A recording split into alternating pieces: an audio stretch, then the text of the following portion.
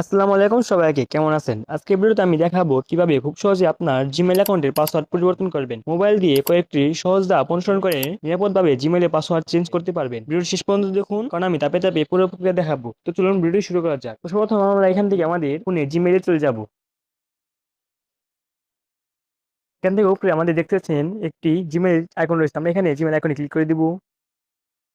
এখান থেকে আমরা ম্যানেজ ইউর গুগল অ্যাকাউন্টে ক্লিক করে দিব। নিচে দেখতে পারবেন লেখা রয়েছে গুগল পাসওয়ার্ড। এই গুগল পাসওয়ার্ডের উপরে ক্লিক করে দিবেন। দেওয়ার পর এখানে আপনার মানে নিজের ফিঙ্গারপ্রিন্ট দিতে বলতে পারে বা আপনার ফোনের পাসওয়ার্ড দিতে বলবে। আপনি এখানে আপনার ফিঙ্গার বা পাসওয়ার্ড দিয়ে এখানে চলে আসবেন। চলে আসার পর আপনি এখানে যে নতুন পাসওয়ার্ডটি দিতে চান সেই পাসওয়ার্ডটি এখানে দিবেন এবং সেই একই পাসওয়ার্ডটা আপনারা এখানে বসিয়ে দিবেন।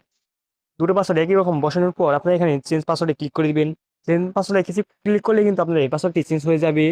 তো আমি এখানে চেঞ্জ করছি না, কারণ আমার পাসওয়ার্ডটি চেঞ্জ করার দরকার নেই। তো আপনি চাইলে এইভাবে খুব সহজে আপনাদের ফোনের জিমেইলের পাসওয়ার্ড চেঞ্জ করতে পারেন।